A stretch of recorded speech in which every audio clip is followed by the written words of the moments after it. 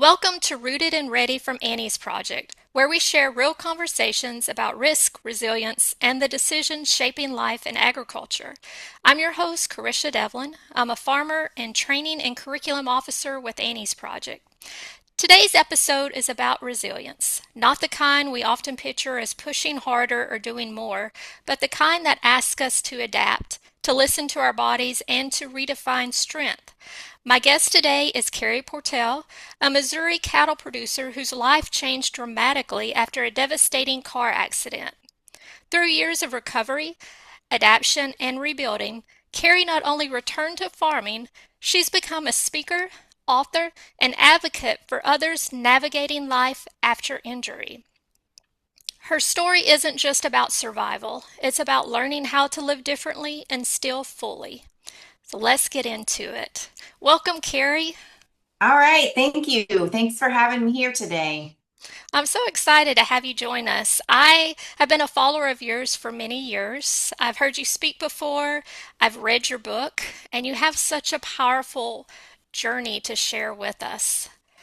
Yeah. So, One that I never thought that I would have to, live through and then actually share with others. yeah. We'll start at the very beginning. And Carrie, as talked about your powerful journey, you really have an incredible story of resilience to share. Can you take us back to your life before your accident? What did farming look like for you then? Yeah, thinking back before my car crash, like I had zero limitations. Like I was so physical. Like my entire life was physical at that point that when I did have my car crash, it was a screaming halt to my life, and that part was very difficult because I was a full-time portrait photographer, and then like just a couple months before my car crash happened, I had transitioned back into the medical field. I was an X-ray and an MRI tech, which both of those career choices are physical. And then we had our farm. So we had a cattle farm, a beef cattle farm, and then we also had a lot of horses. So we raised and trained horses. My husband was into team roping. So everything was just outdoors Mm-hmm. and physical. And with four kids, at the time of my car crash, I think they were ages 8 to 13. So it's very, very busy. And I always tell everybody, I'm like, I do not joke. I never sat down until it was time for bed. Like it was Mm-hmm. just nonstop chaos. And I remember just constantly thinking, Carrie, you've got to figure out how to slow down and just pay attention more. Like all these great things are happening, but you're not getting to sit and just kind of bask in the accomplishment or the appreciation of Mm-hmm. what's going on around you. And it's almost like, a higher source said, okay, if you're not going to stop yourself, Carrie, I'm going to do it for you. And then boom, it happened. So, after your accident, what were some of those early days and months like, both physically and mentally? Yeah, I pure hell. I mean, Mm-hmm. that's what I can say. Like it was the only thing you can do is try to exist so that at one day you can feel like you're actually surviving so that then at some point in the future you can feel like you're living again. Because Mm-hmm. I came home and I was in a hospital bed in the middle of my living room for I think 4 months. So that was pretty difficult, Mm-hmm. having zero privacy and then everybody living around you and you're still stuck, in that hospital bed. But I couldn't move for months because it was just constant healing. And I think within like the first 6 months, I might have had like I think four or five surgeries in that first 6 months. It was pretty crazy, but it was just unfortunately life revolved around me at that point, and it was so uncomfortable and foreign to Mm-hmm. me as a mom, with four kids and then all the other things that we had going on that I didn't like it. I Mm-hmm. didn't like having to be waited on, people bringing me my food or my medicine or things like that. I actually had to have a babysitter for I think the Mm-hmm. first 8 weeks, just to make sure that I was taken care of at all Mm-hmm. times. And it was that first year was an extraordinary experience. And it goes both ways. It was very difficult and frustrating, but then also the lessons that I learned that first year of just how resilient I could be Mm-hmm. um, was pretty astonishing. Like there were some days where I'm like, I'm not gonna make it. Like I'm not gonna make it. And I have been so fortunate to have a husband at home who is a natural coach, and he coached me through those moments so that I could get to the better ones. Just when you were talking about the pre-accident, just how busy your life was, how you were on the go so much, and then all of a sudden you moved to basically it's a dramatic stop, standstill. So that is such a huge mental curve that you're trying to work through in that as well. Can you share a moment when your mindset began to shift from survival, just getting through the day, to actually Yeah. rebuilding and maybe even acceptance, like this is where my life is now and I need to, look at um, I hate to use the term making lemons out of lemonade, but how do you make the best out of it Yeah. as you move forward? I love that you asked that question because nobody's actually ever asked me that before. And I used to tell everybody, I'm like, man, you guys are seeing the physical problems that I'm going Mm-hmm. through, the physical challenges, but they didn't understand everything that was going on inside of me. And I think that was every bit as difficult as just healing my physical injuries. And it was a year, and it was, I had so many physicians and my physical therapist talking to me during that whole first year saying, I promise you it will get better. I know Mm-hmm. right now is really tough. And one of my surgeons told me, they're like, Carey, you are actually grieving a death. You are grieving the Mm. death of your old life, your old body. You're grieving the death of the man who hit you, and there's a lot going on. So this is basically like a grieving process. And they do always say when you lose a loved one, like it's almost at that year mark where you finally get to start like opening up again and feel Mm-hmm. like, hey, I might actually get to live and feel okay inside. And that is exactly what happened to me. Because the entire first year, I kept telling my husband, I feel like I'm in this tornado and I just want it to stop. Like, Mm. if I'm not ever going to walk again, I just want to know. Like, can I Mm-hmm. just have that acceptance so that I can move on from, hey, I'm going to continue to try to walk. And it was just all these surgeries to try to get me there. And Mm-hmm. it was definitely at that year mark that all of a sudden I woke up and I felt some of the heaviness from my chest kind of dissipate. And I thought, oh my gosh, I think I'm going to be okay. Like, Mm. regardless of whatever happens in my future, whether I can or can't walk, whether I'm always going to be in this amount of pain or not, no matter what, I'm going to be okay. Mm. And I don't know how to tell people to get there. It's something that I just had to continue working through on a daily basis until I finally got to that point. You've talked about how your mind is still ambitious, and through some of your speaking engagements and in your book, and you've done so much, had so many surgeries, you've worked so hard to get to the point where you are at now, but you do still have some limitations. How do you navigate that tension within yourself? It's most days I do okay with it now. There's a few times a year that I get really frustrated, but Mm-hmm. it is like you have to learn how to accept. So when I see something that I used to be able to do, I sit back and I go, okay, Carrie, how do you think you're going to be able to do this? Mm-hmm. And I will think through it. I will do trial and error. I can't use my body like I used to be because that's my old body. I have a new body now, so I have to understand my limitations. And AgrAbility, Missouri AgrAbility, helped me a lot with understanding my new limitations. But it's a creative thing that I have to figure out how to do. And Mm-hmm. now, like patience, ooh, that was my first lesson was patience, and I was not very good at it because like when I decide I'm going to do something, I'm like, okay, let's get to it, and I Mm-hmm. couldn't do that for a really long time. So there are some times now with farming that I'm like, okay, you know what? That is something that I don't think I'm ever going to be able to do again because I have tried and failed so many times. And then it becomes a safety issue. Like if I can't figure out how to do it in a safe manner, Mm-hmm. all right, I'm going to have to ask my husband to and just say, hey, you know what, this is not going to work for me anymore. I can't do this. And one of those things is just recently I finally had to give up pouring out range cubes for my cows. Because we had to take the cake feeder off of my Ranger and we have to do it with by buckets. Well, that doesn't work for me anymore. Mm-hmm. I keep losing my steps and I'm not fast. So when you feel that breath on your neck of those Mm-hmm. cows and they're running to their cake, they love that Yeah. stuff, you know.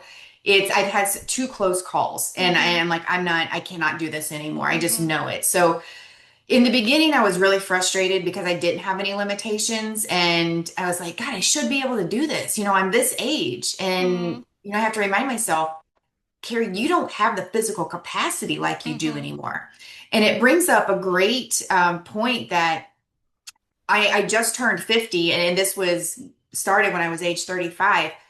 I completely understand what it's like to be in the mind of an Mm-hmm. elderly person because their mind still says that they can do anything that they want to do. Mm-hmm. They are still ambitious, but their body just won't keep up anymore. Mm-hmm.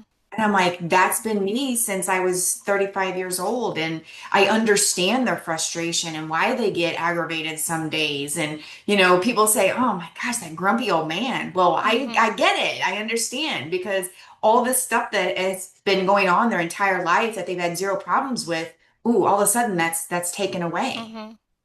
That is such a great point, Carrie.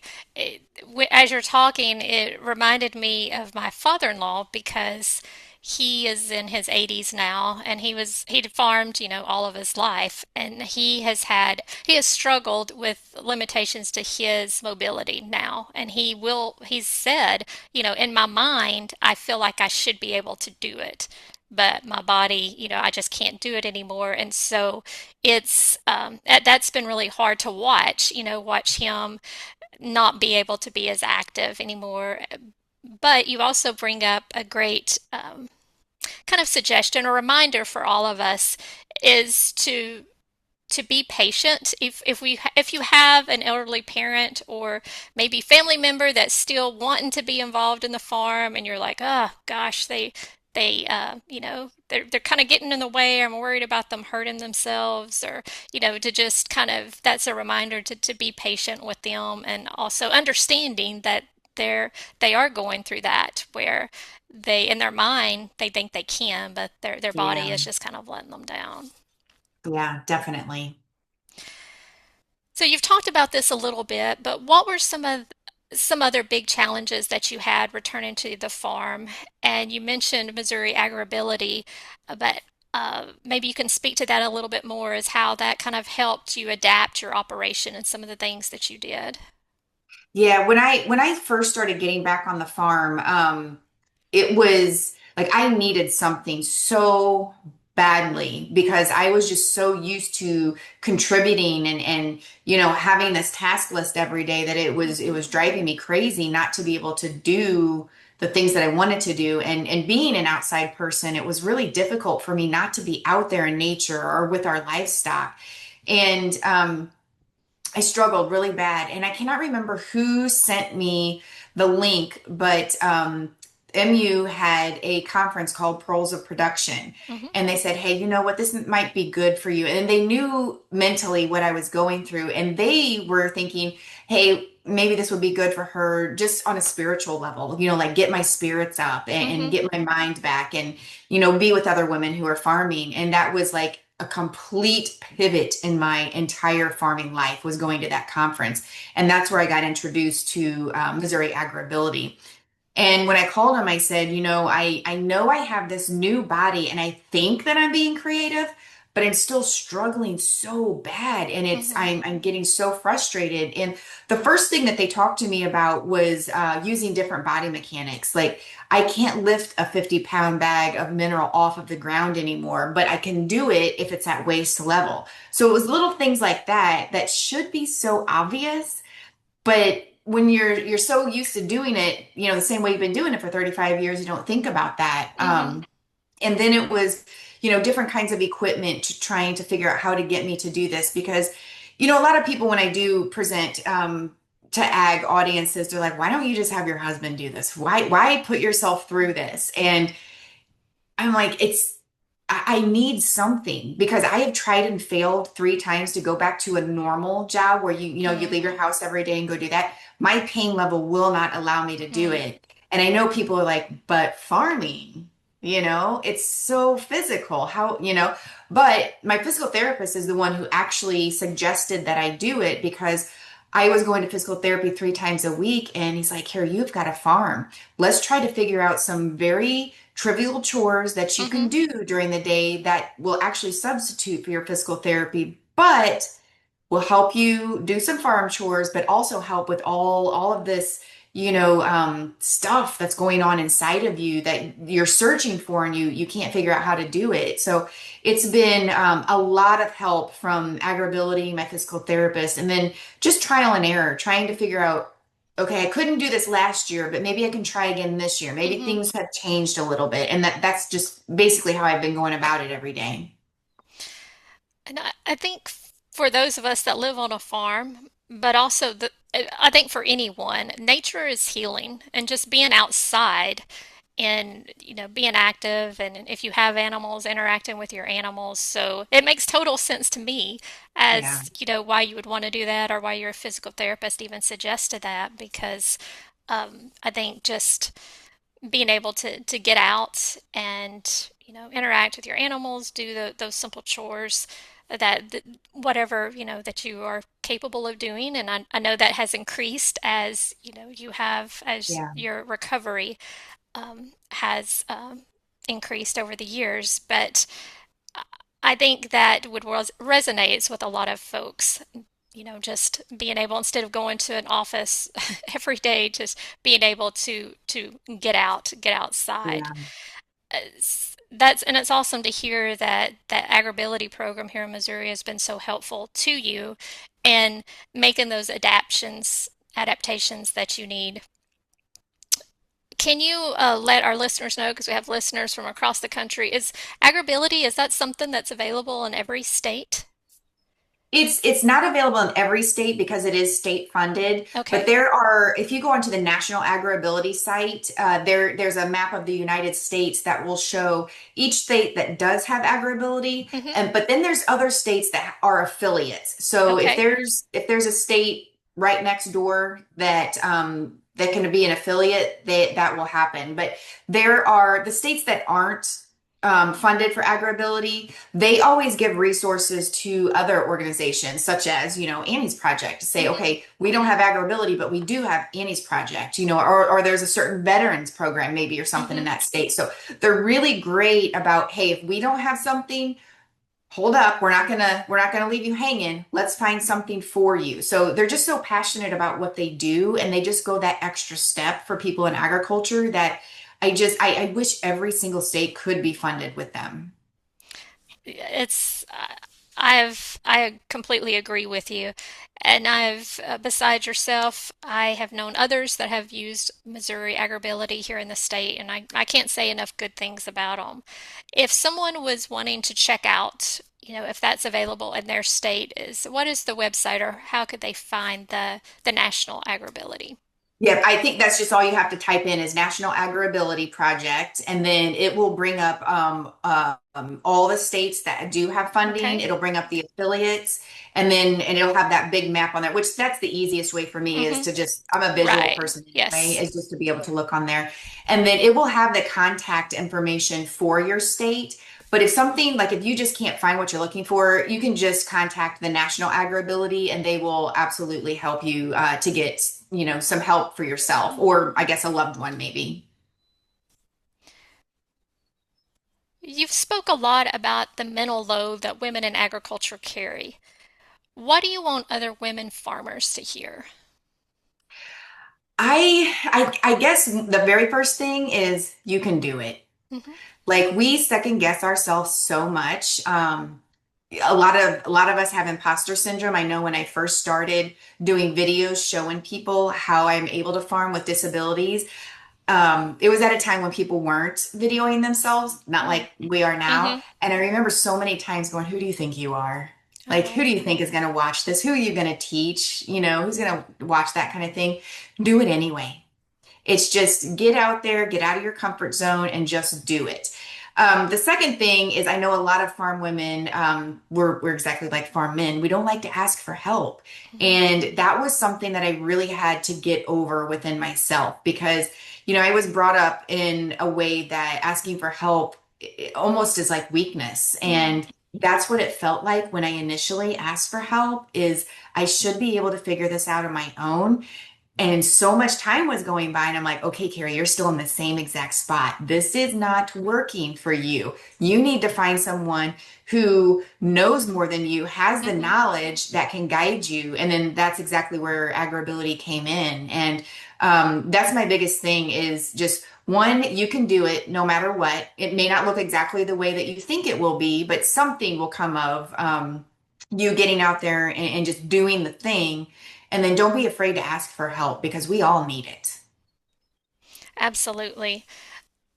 I think those of us in agriculture too, we're kind of an independent lot. And sometimes it's just humbling ourselves to ask for help or just having that moment where you're like, okay, there's no shame in asking for help. And the thing is, people in agriculture are always so willing to reach out and to help each other. But you're right, we have to make that first step and asking when we need it. Yes. I think the other thing with women is often we take care of everyone else and we put ourselves at, the end of that list. What would you tell women about self-care? And We need to do it more. We need to put ourselves at the top of the list.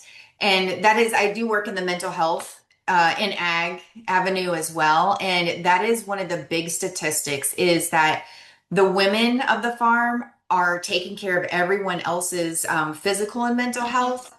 They do not take care of their own, and they do not feel like that is reciprocated. So the whole family is used to mom taking care of everything, or, the wife taking care of all of that. That's our natural, I guess, ability that we just seem to pick up mhm, and do. And then we're tired, or we're like, you know what, I'm doing okay. They're worse off than I am. So then we push ourselves to the back burner again. I forget the exact quote, but it goes something like you cannot continue to take care of everyone else when you are empty. mhm, And then that's where we end up having our breakdowns. We get so frustrated. We fly off the handle, sometimes because mhm, you're like, why aren't you guys paying attention? It's because we're not making people pay attention. We're mm, not doing what we need to do for ourselves.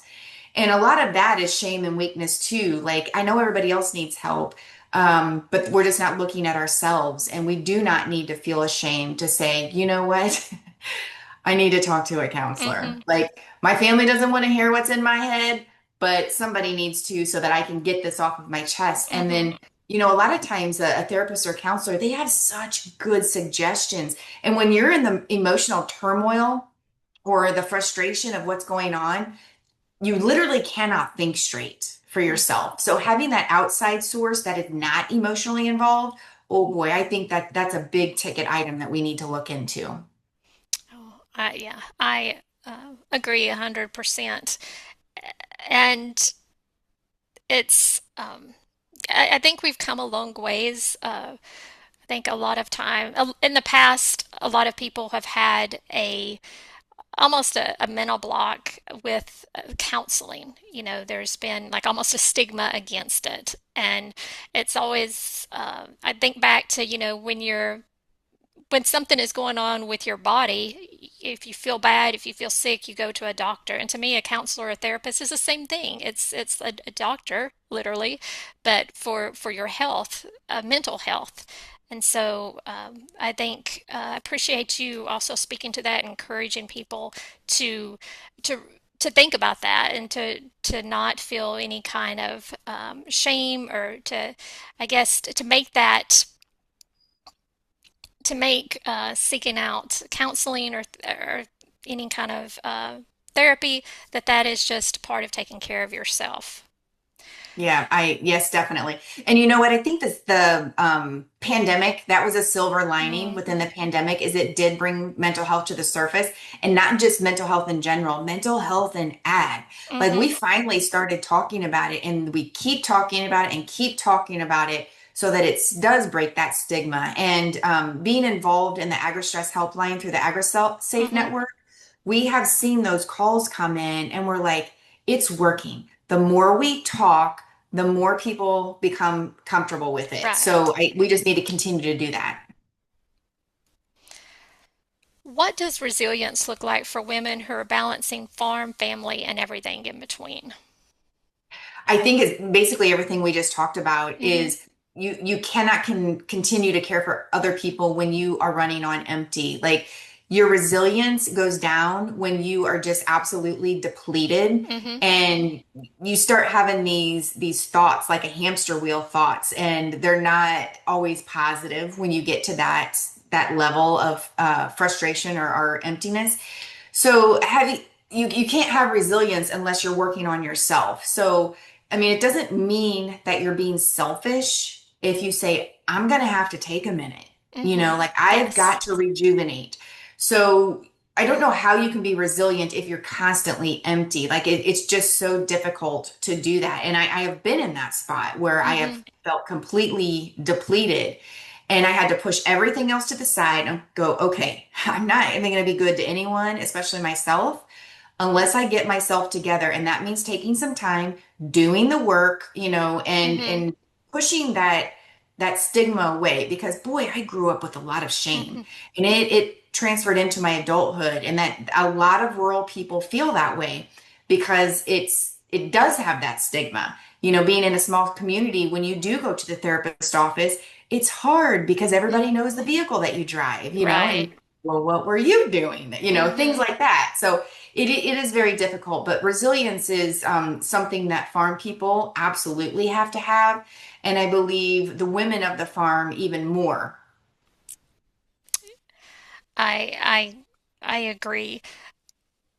And as you sharing your story, you've gone, from a participant to an advocate. What drives you to continue to share your story? When I had this happen to me, I scoured YouTube and I could not find anyone like me. There was not a lot of women farmers out there that were showcasing what they were doing. Like we Mm-hmm. know women on the farm have always been there. It's just that we're kind of in the background.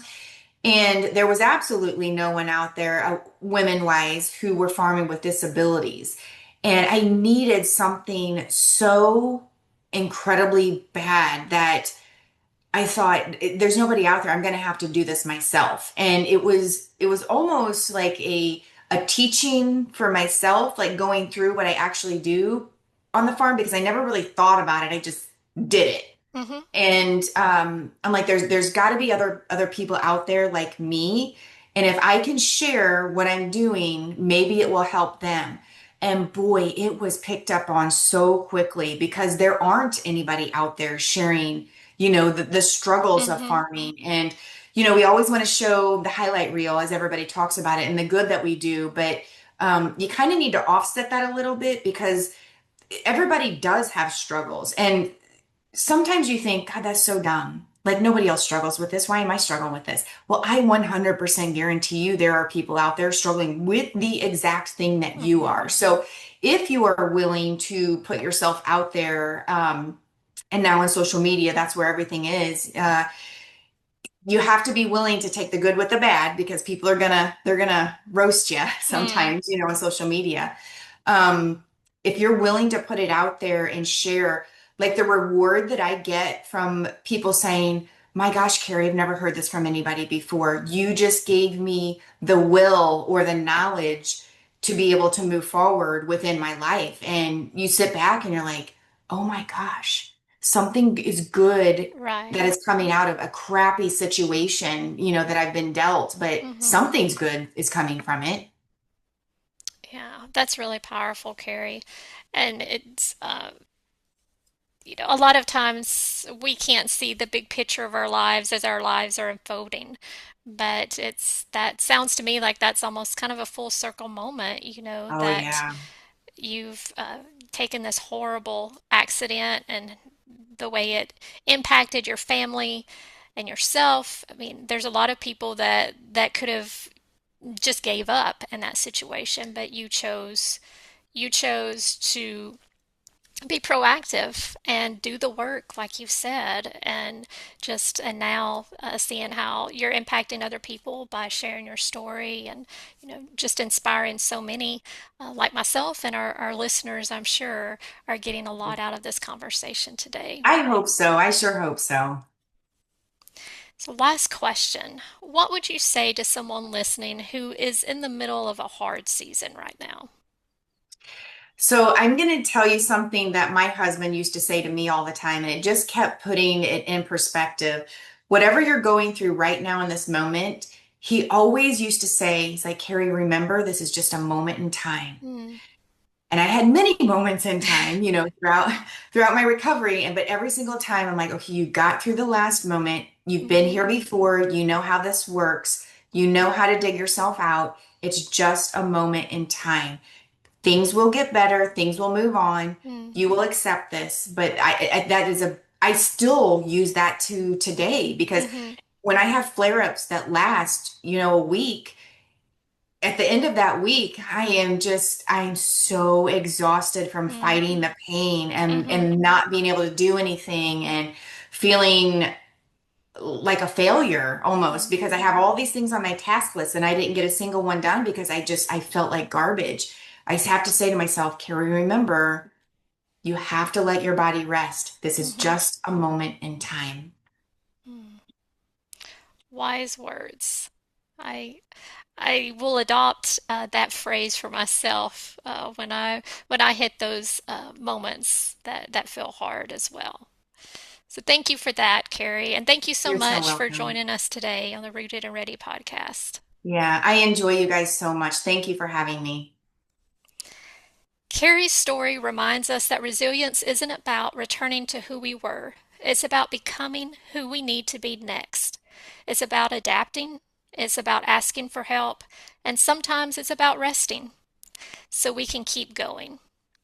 Thanks for listening to Rooted and Ready from Annie's Project, where we learn, share, and grow together. If this episode resonated with you, share it with someone who might need it too. And don't forget to subscribe so you don't miss what's next. Until next time, stay rooted and ready.